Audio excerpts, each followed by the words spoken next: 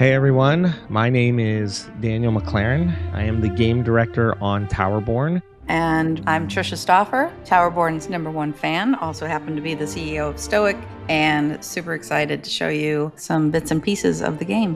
All right, you ready, Trisha? I am. Let's do this.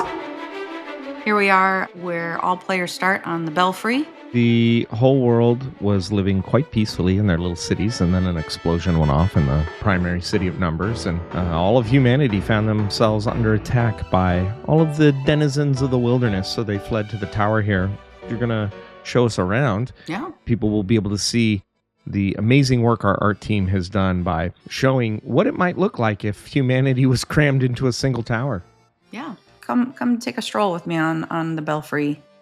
Here's the forge where you will come and enhance your weapons as needed. It basically gives you the opportunity to improve the items that you have equipped for a limited number of times. We really wanted to have everybody continue to find newer and better stuff in the world, but we also understand that it can be difficult to find a replacement item sometimes. I just upgraded this war club a little bit before you got online, so I'm feeling pretty powerful right now. Are you? Well, good. Yeah. I won't have to carry you for this session, so that's good. That was my dream. I was hoping you wouldn't have to. I like this area. It's helpful. And this door is the training area, so if you want to try a new weapon, a new class, you can go in here and check them out and perfect all of your moves. And then over here, you've got your danger license trials. So as you explore the world and get stronger, you can actually unlock more and more of the space to go. And you do that by taking a danger license trial. And when you pass that, the world gets a little bit more dangerous for you. There's a lot of interesting stuff on the Belfry.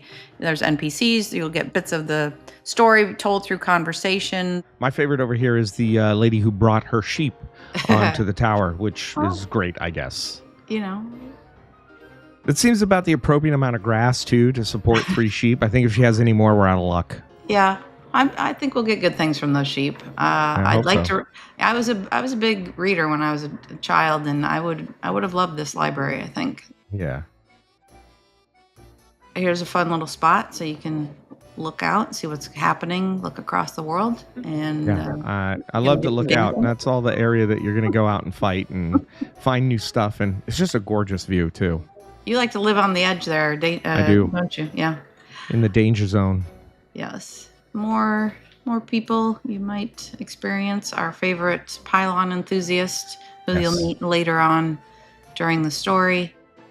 He's very enthused about pylons, I'm told. Well, they are important to this world. I've got a quest that I'm working on, and it's what I need to go out is complete 2 discovery missions.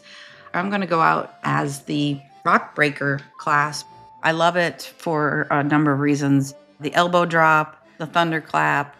It has a very flashy wrestler style combat with lots of big swings. There's 4 classes to choose from. The Sentinel, which is your classic sword and board. It's quite powerful and quite effective. And then, of course, what I'm using is the Pyro class, the War Club, which, in my opinion, personally is the best class in the game. But who am I to judge? I'm not here to convince anybody that you should play Pyro class. But after that is the Rock Breakers, as you mentioned, the big old gauntlets, a melee style class, and then the classic dual daggers, ninja style Shadow Striker, flashy. Oh, look at this. Somebody dancing in front of us. How nice.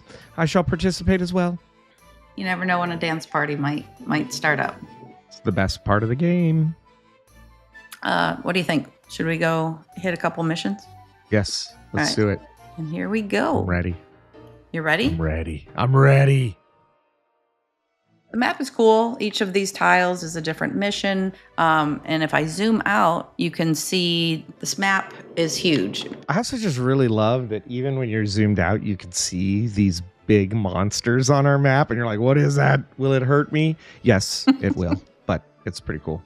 I am still at danger level 1. Over here, you can see the border and a 2, which means I can't go beyond that until I go do my danger license trial. So I am right now restricted to danger level 1. We want to make sure people are going to be successful when they go out into those higher danger levels. But I think your map is more revealed than mine. So I'd love to make you the group leader so that we can go out. And I haven't played Fungi Forest in a while, and I really want to do that. So Yeah, that sounds great. As you can see, I've got a whole bunch more of the map explored, so I'll get us on some Fungi Forest. You think you're up for it? I'm always up for Fungi Forest. I'm going to set it, but it is danger level 2, so buckle up. Not a problem. I love it. I love it. I knew it's it. gonna be great. All right. Ready up and we'll get going. All right. I love Fungi Forest, Trisha. This is one of my favorite biomes. I just love the audio background. You can hear like frogs and all sorts of stuff. It sounds completely haunting. I love it. Yeah. Well, especially when you pull in the Austin wintry music. Oh my gosh, Yeah, it actually legit feels like you're out camping or something like that, which is kind of neat. The thing about these missions that I love is that you never know what you're going to get unless you're going into a venture, which are half handcrafted, half procedural. You just never know what you're going to get in here, what you're going to encounter, how many encounters you might have, what enemies might show up. You think you might be prepared, but then, that was perfect. That was awesome. Got him. Yeah, that's what's great about the discovery missions is they're a nice mix of handcrafted and random. So the team has gone and put together a few handcrafted elements like challenges or lieutenants or little puzzles that you might come across. And then in the ventures, they're actually fully handcrafted with some slight variations on just enemy density, depending on how many players you have going on in the mission with you. We should talk a little bit about combat. There's obviously the light attacks, heavy attacks with X and Y. There's attacks that vary based on if you hold X or Y. But then you also have your weapon meter and your focus skills. Yeah, so each weapon will have different special abilities on them. As you find new weapons in the world that drop, they will have not only different stats on them, but they will also have different special abilities. Gosh, now I got myself poisoned. Oof. And so when you want to use a special ability, they have different costs. So some of them are a single blue pip at the bottom. So we call those focus skills. And so some of them only cost 1 focus pip. Some of them cost 2 focus pips. So I almost have 2 pips saved up. So I'll do my 2 pip ability here in just a second. Like this. Get wrecked, little dudes. Yeah, and those pips build up by finishing your combos. So we're a 4-button combo game, and so we reward people heavily for finishing those combos. It builds them up quicker, and so you can use your focus skills, which are a great help. Now we get to see what rewards we got. Yeah, the thing that's always fun is beating the level and getting the good loot. I'm always excited about that. Let's see what we got here.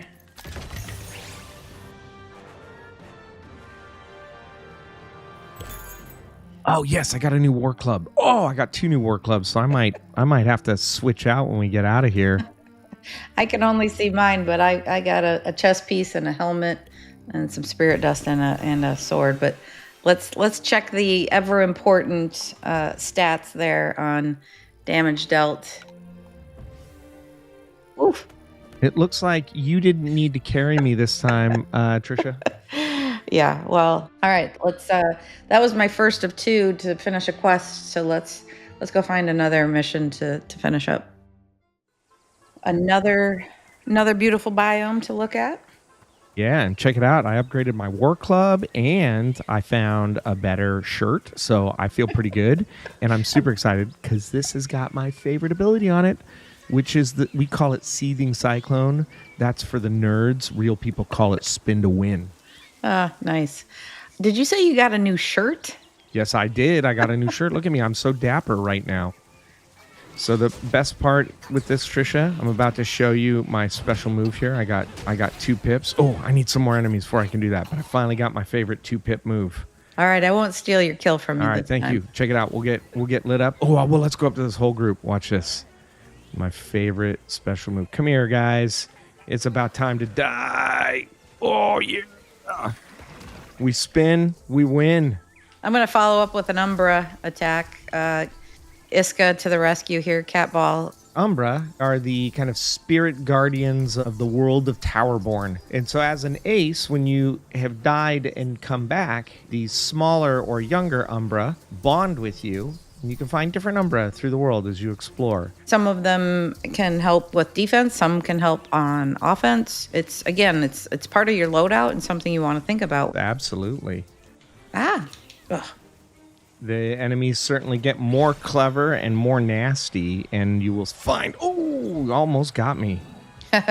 Well, it did get me. It lit me on fire, and then I died. And that's something we could talk about. Like, so you just saw me. We both have a 1 on our hearts up there, on our HUD, and you start with 2 lives.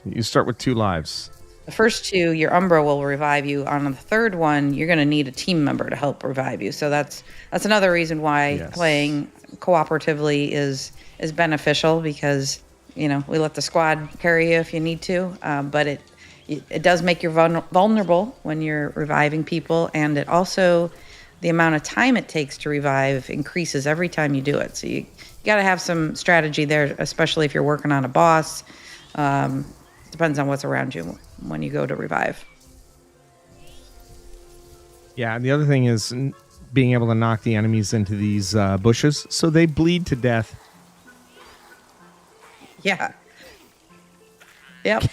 I love to just stand there and watch them do it. It's one of my favorite things. That and getting bomb gobos to blow up their friends. That is one of the fun parts, getting the enemies to hurt themselves. Yeah.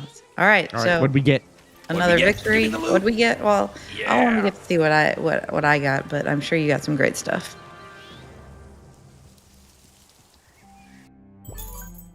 I got some daggers. I got the Cannoneers War Club. Don't know if you have that yet, but that's a good one. And a belt. It's very exciting. All right, so I finished up my 2 of 2 missions, and now I need to go talk to, I think, Wolfram and see what they want me to do next. Great.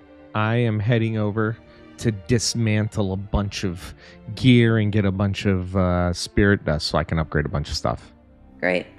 Yes. Well, here I am talking to Wolfram. Gives me a little context of what just happened and what's up next. Now I need to go talk to Courage. This is the thing in these quest lines. You might talk to one NPC. They give you a quest. You finish that up. They might point you in the next direction. And I think Courage is going to tell me, hey, probably time for you to try something else. Courage likes you to try all of the classes. But what I really need to do now, McLaren, if you're ready, is I do need to complete the Snaggleshire venture, which if you'd help me out on that one, I'd appreciate it. Totally happy to, and since I've done some upgrades, I should be able to quite easily best you in the damage department again. So I'm looking forward to maybe rubbing that in a little bit. We will see about that. All right, Yes. I'm headed back to the world map, and we'll go get it done. See you there. All right, McLaren, let's get over there to Snaggleshire. The nice thing about these ventures is, if I zoom out on my map again, you can see the ones that are labeled are your ventures, and that's what you need to go into. It's nice to have pointers to them, but yeah. Let's get and this is great because this is one of our hand-built dungeons, so we'll go in here and complete your quest. Yeah. Ooh, recommended gear score 78. I'm sitting a little lower than that, so we'll see. I'm here to carry you. Don't worry about it. Thanks. I think I'll do all right. Oh, here we are, Trisha. Finally, into Snaggleshire. We got you here. And these are the bigger missions where we do tell a lot of our stories. One of my favorite things about this particular one is like somebody left their little picnic behind. I'm not sure where these people are, but I don't know. I'm kind of wishing I could just grab that apple, but I can't. Yeah, it'd be nice. Need a little energy for this mission. All right, Snaggleshire. All right, we got a guy here who's going to tell us a little bit. Seems to be that there's some gobos that they're getting a little aggressive, and there's a nest, and we need to clear it out. Yeah. Well, that's what that's what all the people have run from, is the monsters attacking them since the pylons fell. So this is kind of one of the key first story missions that you get that are all about clearing these gobos out and making the area a little bit safer for the refugees. Hey, you want to see something interesting? Yeah. Watch this. When I use Iska, you're going to see some shields pop up around me. Those shields, that comes from an aspect that I equipped that basically says when I use an Umbra ability, I gain might for 4 seconds. So Nice. that was a nice little help out there. I found that aspect on our last run. So Oh, perfect. yeah. I don't think I have any aspects on right now, so another reason why maybe your score might be higher than mine. Just one of the variations. Some people ask us about health, in the game, health pickups and things like that. We don't have that, but we've got healing shrines, and I think we'll come up on one here. Yeah, we have a couple of ways to actually heal in the game. In the beginning, health will be a little hard to come by. You'll have to wait for a healing shrine to show up. But over time, what you will find is that gear will roll certain stats like health on hit or passive health regeneration. Yeah. So there's ways to heal. There's also an Umbra out there that has some healing capabilities, so you can help out your teammates as well. So don't worry about it. There's definitely health to be found. Just maybe not in the way you might think. Hit. It's one of my favorites because I love to see the plus 6 or whatever adding up for me. I'm like, oh yes. Oh yeah. Yeah. Yeah, it's real nice. Ooh, he defended himself. Nice block. Too bad it didn't help you. Here we go. Here's one of those shrines we were talking about. Ready? Yeah. Feels ready good, for a little pick me up. And here's another NPC telling us there's a big camp. Maybe we'll get a bonus. Oh, might get a bonus if we take it out. And I just got a pop-up that we're coming upon a challenge. And these can show up anywhere in any random, doesn't have to be an adventure. It could be in a random mission. There's all sorts of challenges out there. And so this particular one, get rid of 4 tents within a time limit. So we'll work on that. And this is where it really helps to have some friends. So you get out there, you split up the work, and you really get to finish one off of you these can be the tents decoy, quick. which it looks like I am, attracting all the attention. Or you eat a bomb to the face. Our challenge was successful, so successful that we now have a lieutenant out here. Ooh. So you know how you can tell the difference between a lieutenant and the standard fare, right? I mean, other than them being bigger and more savage, it's that yellow bar, the break bar. Yep. And if we can beat that break bar like we just did, they'll get stunned and we can lay down some real hurt on them, which is always great. But watch out, because once that break bar fills back up, he'll call some more enemies and then knock you back and do some damage. Oh, man. Nope. Missed. There we go. Yeah. Here we go. I'm going to bust up that break bar just like that. I think we're going to make short work of this. Also, the Umbra, especially Iska, has a really great ability where her cast does more damage to the break bar. So if you use that, it can bust it's them up nice pretty quick. Because you've got that range with Iska, and then you can get the break in there. Yeah. Yep. Nice. I feel very powerful after that one. Yeah, that was a good run. I feel really good about that. I think we got some good stuff. I think so. I think I still beat you though. So let's take a look. Oh my gosh, I got so much stuff. I got 11 things out of this. Woo! Lots of good stuff coming in here. Yeah. All right. That's good. Oh, and you leveled up quite a bit too. Congratulations. That was awesome. And now I need to go return to Courage and turn in that quest, which is exciting. I like it when I get it all turned in and I can open up more and more possibilities. All right. So the next piece of this is talking to Bumble, and now I get to go into the Forge. So that's going to be pretty exciting. A little quick chat with Bumble tells me what I need to know, and I think he's going to give me something useful, an aspect. So head on over here. Now I've got the new quest to dismantle something. The nice thing is there's one here that should say dismantle me, so you don't mess it up. And a little warning there, so you're not getting rid of things you need to. And I actually need to upgrade. So I'd love to upgrade these gauntlets. I've got enough spirit dust. Just have to hit A to do that. Oh, I can do it again. I'm going to 21. Woo!